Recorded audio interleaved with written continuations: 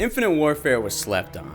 We all know this game. The third futuristic Call of Duty title in a row. People were getting sick of these, and I totally get why. This one took the concept way further than any of the others by going into outer space, which people were extra pissed about. Call of Duty in space? What is this shit?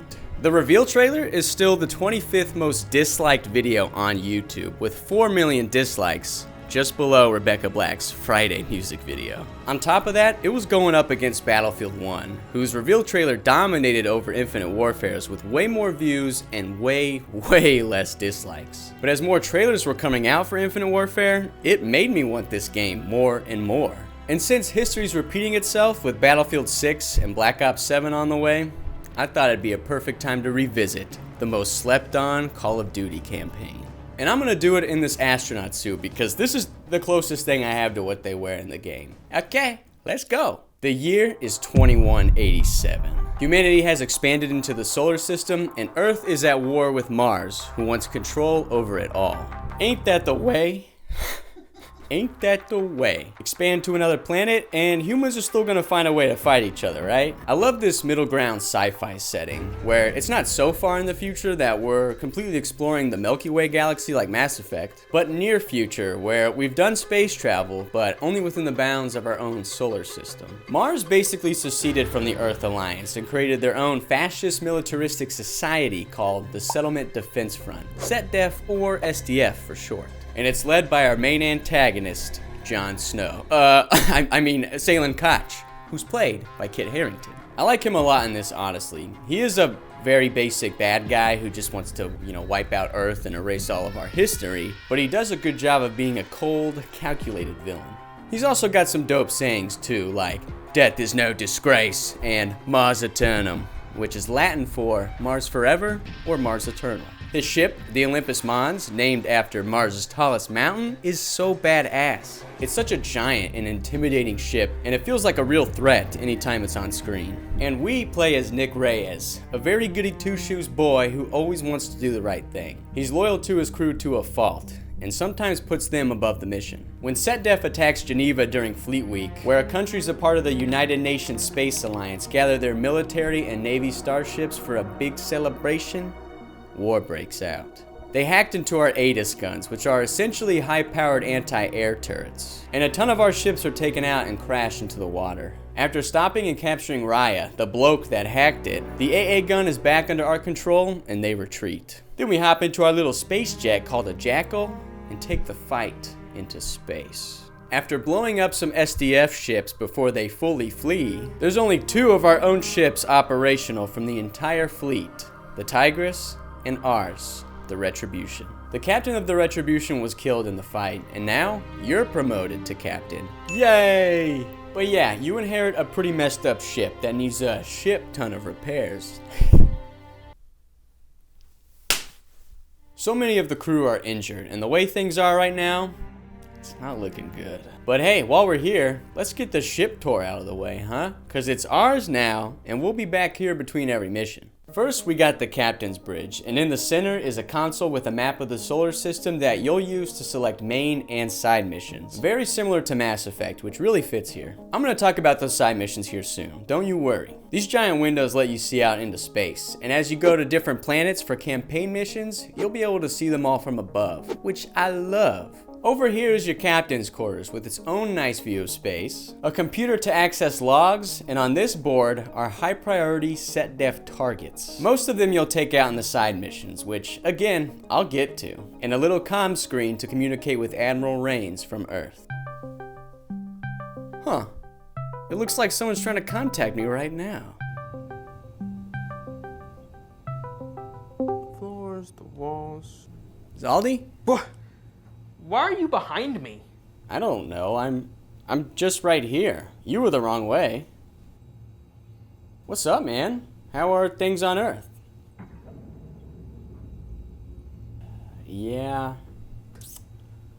You need something? Well, yeah. You gonna talk to me about the side missions? Yeah, I'm gonna talk about the side missions. I've said that multiple times already. Well, not to me, dude. What about zombies? Are you gonna talk about the zombies mode? I'd like to. The zombies in this game does slap. Not this video, but if the people want it, Absolutely. Man, I wanted to hear about that, but I get it. I know, but the campaign needs its own video. There's too much to talk about. Okay. Yeah, it's pretty chill. Chill indeed. Alright, man. I think I'll let you go. I know that saloon isn't gonna inspect itself. No, it will not. So, okay, well, I'll let you get back to it so that I can get back to it. Okay, thanks for calling. Bye-bye. Bye! Bye-bye. Okay, bye. Okay, how does this turn off? Does anybody know how to turn this thing off? I don't, to be frank, I shouldn't even know what this is. It's $18.99. Down the hallway is a TV that will sometimes play the news covering a mission we just did, and when there's not, you can change the wallpaper to different planets' landscapes that we've been on. Downstairs, we got the big hangar bay that your jackals chill out in, and you'll be in here a bit when you leave and return from missions. Lastly, Griff's Armory. For each mission, he'll give you a recommended loadout, but you can also tell him to get bent and make any kind of loadout you want. What's cool too is when you're on a mission, any new gun you find and pick up is scanned and printed on the ship, giving you access to that weapon to use on any future missions. As you play more, you'll also unlock upgrades for your jackal and decals that go on the front. And yeah, that concludes the tour. Thanks. I want to talk about those side missions, but we got one more story mission to do before those open up to us. So let's get to it. Next stop, the moon. Away in 3, 2, 1. CPU fire, bridge sector 3. Status? Location accuracy is 0.97. Hull integrity below normal. Can we make it, Gator? I'll get us in. Steady as she goes. Exiting the slip. Influx in 3, 2, 1. Get that fire out! Yes, ma'am. Got it, Lieutenant. We're here, and that hyperspacing was pretty rough. But as the story progresses and more repairs are made, it'll get better. We head down to the hangar to prepare for the assault. SetDef has taken over an airport on the moon. That's awesome. And we gotta get it back. We gear up with a squad, including a robot named Ethan, or E3N. Ethan's the GOAT, man. He's awesome. And we got Mr. Door himself, David Harewood, playing Omar, British Special Forces. He don't always agree with Reyes, but he do always got his back. And we got Salter, or Salt, who's basically your best friend in space and your sidekick on all the missions. This in-game cutscene is awesome. Accelerating out of the ship and driving on the moon while the Retribution flies overhead with missiles raining down everywhere. Contact! Right side! I got him! Take him down! It's just so cool. Once you're inside the terminal, there's gravity again, but you can blow up these windows, which sucks all the bad guys out into space, and then these giant metal gates come down to repressurize the room. This mission's where you really get to use a lot of the special equipment, and I gotta say, a lot of it is very inventive and fun. For starters, there's anti-grav grenades, which disperse a small area of zero gravity, which lifts helpless enemies into the air and is great for dealing with groups of baddies. What's also great for that are shot grenades. These will pretty much kill them every time, and are super helpful against bots. What's also helpful against bots is this little hacking device on your arm that you can use to overtake a bot and control it. And you can shoot or punch all the enemies around you and then self-destruct to take out anyone else. This is probably my favorite one. It's so overpowered. Next are these little seeker drones that you throw out, they lock onto an enemy, skitter over to them, and detonate. And last honorable mention is the shield that's also attached to your arm that you can bust out in a pinch to protect yourself and melee people with. So yeah, devs, good job on all this. Moving through the mission, boom boom, more shoot shoot. Then you gotta hop into your jackal again, have another dogfight on the moon. Then you fly back into space to board a ship, and guys, this is where the game really transforms. You eject from your jackal right next to this giant destroyer, and you're free floating around it. You can rotate yourself in midair, use the grapple hook to snap to debris for cover, and use it against enemies. When you grapple to them, you can smash their helmets, snap their necks, or pull their grenade pins and kick them away before they explode. It's sick. You work your way to the bridge that's locked up tight, place an explosive on it which sucks all the air from the room, and float through all the dead officers, including Conor McGregor. Yeah, COD was really on a kick around this time of putting famous people in their games for some reason. Boom, boom, shoot, shoot, fighting your way through the ship. You get to this hangar with a ton of bad guys and mechs. Uh-oh. Then open the hangar floor doors, which once again sucks everybody out. Then you float out and hop back into your Jackal. Anytime you're in it and to end the mission, you have to line up your approach on the Retribution's runway to land and get back inside, which is just another fun layer to this game. Okay, we did it. We're back. And you know what that means? Side missions. These are so fun. And there's two types here.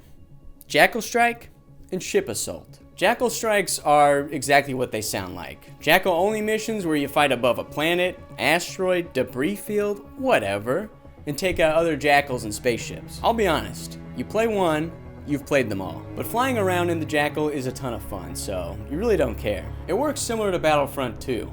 This game came out first. Once you lock onto a target, there's a little dot ahead of the ship telling you where to shoot so you can lead your bullets and actually land. Taking out these giant ships is super satisfying as well. Blowing up all the turrets and cannons and attacking their rear thrusters, causing a giant explosion every time. You get rewards from each of these missions, like perks, new weapons, Jackal upgrades and decals, and more most wanted kills. Ship assaults are where it's at for me, and I'm gonna go over two of my favorites. The first is Operation Phoenix, which puts you in the middle of an asteroid field with a suppressed sniper over Uranus. Yeah, I said it. I'm not saying Uranus, that sounds even stupider. Jupiter. You float your way through towards the ship, avoiding enemy Jackal patrols and taking out the crew hovering outside. You head right up to its thrusters, place an EMP charge, which leaves the ship immobile in total darkness. Another assault on the outside, grappling to enemies and pushing your way through to a hangar to steal a Jackal prototype. Removing your scope transforms your sniper into an assault rifle too, which I dig. You use the prototype to fight your way through more enemies and land back on the Retribution for a job well done. No way these could get cooler. Operation Deep Execute is way cooler. This time, we're out by Pluto and floating through asteroids again, but there's no ships. What the heck? Then, out of nowhere, 4 ships emerge from hyperspace with one coming in right above you. I'll say it, ships coming out of hyperspace is the coolest fucking thing, and it will never get old. I love it. You float up to it and hack the bottom hatch to get inside. Once you're in, it's a full stealth mission. You take out a bunch of guards and put on an SDF uniform to blend in. Then you gotta take out another guard without being seen, pick up his ID credentials to get into a secure conference room, climb above, and cut off the oxygen supply, killing 3 high priority targets who float and gasp for air. You follow the guards who still think you're one of them, and then blast them all and escape with salt through an airlock over Pluto. The Retribution comes out of hyperspace, you shoot some bad guys, hop into your Jackal, and then you fight your way out again. So yeah, there's obviously a formula to these missions, but they're so addicting and cool. This game crammed so many awesome parts of space and science fiction into it, lengthening the pretty short campaign and making these missions feel more essential and part of the story. So yeah, do the side missions. Alright, let's get through the rest of this campaign. Spoilers ahead if you care. We're going to Titan next, one of Saturn's moons. I gotta talk about these cutscenes real quick though. Dropping into Titan on this transport carrier looks nuts, and that zoom right there, I eat that shit up. This was the first COD to bring in these rendered cutscenes with amplified graphics, and almost 10 years later, they still look incredible. The facial detail still blows me away. Obviously, we've seen better at this point, but these cutscenes are still a treat for the eyes. Landing on the moon is just as gorgeous. Looking out at the horizon of this rocky wasteland, gas in the air, rain sprinkling down, giving these rocks a nice shine. It's top-notch stuff, and just super cool to be able to explore other planets and moons in this way. We got more stealth, using the storm to cover your footsteps and scuffles of taking out guards. Then a big mech is deployed to assist your assault, which you can command to launch missiles at enemies. Then you gotta take out another giant mech by weakening it with rockets, run up and hop onto it, jabbing your knife in, and turning the firing turret towards the other, shooting itself to death. The Olympus Mons arrives overhead, coming through clouds and kicking up a ton of dirt and dust. Jackals swarm out from its belly, shooting missiles all over the place, and you're forced to run inside. You hop into your Jackal, blow up this big oil reserve that the SDF relies on, and escape into the atmosphere. Olympus is hot on your tail and surpasses you, messing up your ship bad enough that you have to eject in space. The Retribution is forced into hyperspace to escape, and you're left alone with Ethan, hole in your suit and losing oxygen fast. until darkness overtakes you. And that's the story of Infinite Warfare. Good job, we did it. Just kidding. You're rescued by Captain Farron of the Tigris, the only other operable ship. Remember that? And things are as fine as they can be again. But the war's still going on, so it's time for the next mission. And this time, we're heading to Mercury. Or at least an asteroid near it. On that asteroid is a mining colony that's gone dark, and we're sent to investigate. We come out of hyperspace and the sun is bright as shit. But we got some polarization on these windows or something, which levels it out. Cool. We head out, are treated to another sick cutscene of us dodging and weaving through these crevices on the asteroid as we try and stay out of the sun, which is a whopping 900 degrees right now. The asteroid has been knocked out of orbit and is heading towards the sun. It's rotating and spinning super fast, with the sun basically rising and setting every minute, which means we have to wait for sunset to run outside and get into another building before the sun rises again and starts cooking us. This to me is another example of just the awesome space stuff this game included. Like, I don't think I've ever seen this type of scenario done before. We come into this lounge room that looks straight out of Alien, and upon more exploring, we find out that the security bots protecting this place turned on everyone and killed them. Bots turning on people? What? That never happens. So we end up fighting a ton of them, and I mean a ton. And then we find a handful of survivors who tell us the Olympus Mons showed up, hacked all the bots, and blew the asteroid off course. Of course. Then a giant group of bots start waking up, and you gotta take them all out so the transport ship can come back and get us the hell off this rock. An explosion knocks everyone back. Then we hop in as more bots are chasing us, and Omar goes back out to rescue a worker left behind. But he doesn't make it back in time, and we're forced to leave. So, rip Omar and the other guy. That's not the last RIP.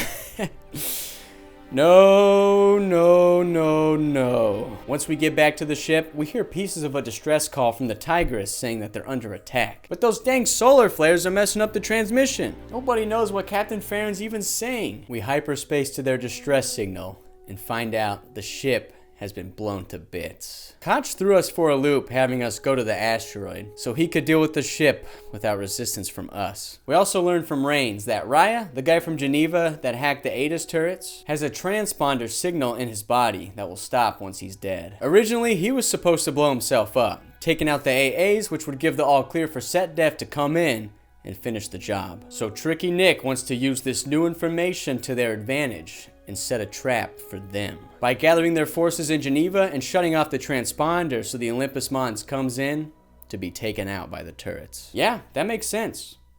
Let's see how that goes. We hyperspace to Earth, and it's the best one yet, baby. Away in 3, 2, 1. Evaluation? Good shift. Accuracy .98. You're getting good at this, Gator. You should see me on my bike. You owe me a ride. You owe me a race. Here comes the drop. Hover on entry. 3, 2, 1. Report. Error margin 0.0. Perfect drop, Captain. Superb flying, Gator. Another awesome cutscene heading down to Earth with Geneva and our spaceships still in ruin and on fire. I guess no one had time to put these out the whole time. We see from above the transport vehicle carrying Raya is attacked, and he escapes. We run through the city, killing bad guys along the way, and catch up to him at the top of a church tower. And then shit hits the fan fast. Raya big time beats up Reyes, blows up the ATIS guns, and cuts the transponder out of his belly and destroys it. SetDef descends immediately, with the Olympus Mons coming in right overhead. The same time Rains is talking with you, the Olympus is moving to the tower he's in. Its laser powers up and destroys the building, killing him instantly. Another rip. This and seeing the fleet of ships raining missiles from the sky is so cool. Your Jackal flies to you, you hop in, and head straight for the Olympus. The Retribution exits hyperspace pretty much right in front of you, which sends out a shockwave that fries your controls, and you have to eject again. You fly straight into one of the Olympus's hangar doors, and it's go time. We move through, taking out more bad guys and bots. We get outside and run along the ship as a building collapses next to you. We make it outside Koch's bridge, and the stupid idiot doesn't even think about us hacking one of his many security bots he has in there, taking his face and smashing it on his console. We go in, walk up to him with a knife at his throat as he gives his final speech. Now here you can either let him finish it out and then he'll just die right after, or you can just cut him off right there, stab him, and you get a little secret achievement. I killed your admiral. Your iron shield is down. Death is no disgrace.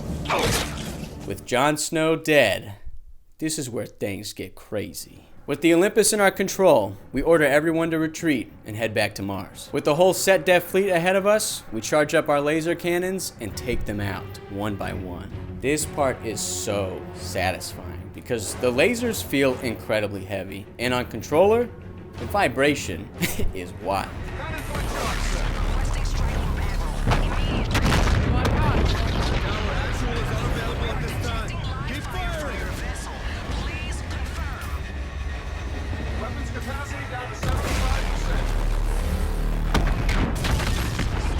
They fight back and start attacking us. We head down to the hangar, hop into our Jackal, and have another dogfight above Mars. Ethan stays with the ship, lining up a collision course for the shipyard, a big tower-like structure that extends from the surface into space. But in classic fashion, the Retribution, which is also on fire, is heading right towards it. Reyes orders Ethan to pull up to avoid hitting the Retribution, but it's too late. They collide and go down, along with everybody's Jackals, leaving the shipyard still intact. On the surface, we see both ships come down and crash separately, with debris from the battle above raining down. Another member of our crew, Kashima, bleeds to death, and he won't be the last. Ethan comes in with an army of Set Def robots he reprogrammed, and our final objective is to take out that tower by any means necessary.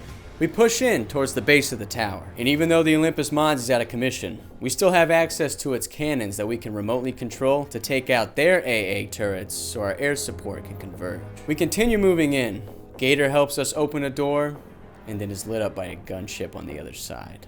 RIP. We push up to the elevator that will take us to the top, and our boy Griff stays behind with a small garrison to buy us some time. As we get in, we see a ton of bots drop in from above, so we know how that ends. We make it to the top, the crew splits up, and we find bots are being sent to the surface in pods. And in our attempt to plant a bomb to stop them, another member of our crew, Mac, is pulled in by a robot and blows up, giving her life, mission first, to stop any more from going down. I can't take any more deaths. Our remaining crew links back up, and we spot a hooked-in ship we can use to level the place. But the guns aren't active, and the only way to get them operational is to head to the center control room, which Reyes volunteers to go. Salt doesn't like that though, because she'll have to blow it up while Reyes is still in there. But they don't have a choice. Ethan stays back to help him get to it. We make it in, kill the baddies and bots, and Ethan requests our help. We have to hack into him and head into the reactor core to release the moorings that are keeping the ship locked in. And the only way to do that is by self-destructing Ethan and setting off a chain reaction. Oh, I can't. I can't, dude. Not Ethan. Ethan's the best. But alas, he explodes. The ship is released, and we activate the guns. It fires on us, and we're sucked into space. Salt destroys the shipyard and escapes, and we float and get hit with debris, shattering our mask, and our vision fully goes dark. R.I.P. Reyes.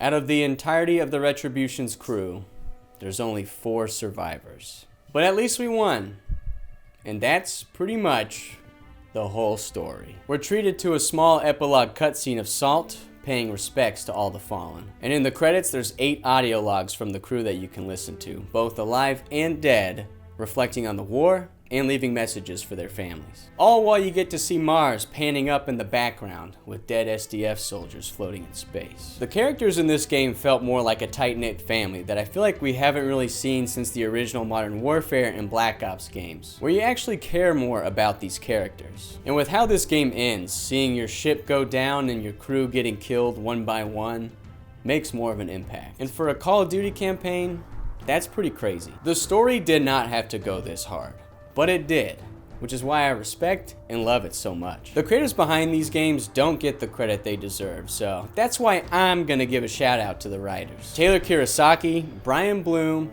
and Justin Harris, You all killed it, man. I've replayed this campaign 4 times now, and it still hits. And Brian Bloom, I see you sneaking in there doing the voice and mocap for Nick Reyes. So, chef's kiss to you all. You truly crafted something special together. I totally understand people skipping over this game. We were all done with the wall running and futuristic setting. But since it's been almost a decade and the dust has long settled, it was treated too harshly. I don't necessarily think Call of Duty belongs in space, but a space game with the Call of Duty skin works so well. It's clear the creative team put everything they had into the story, and I want more people to see and experience what's on display here, because buried underneath all the yearly COD slop, this one shines above the rest, like a bright, beautiful star.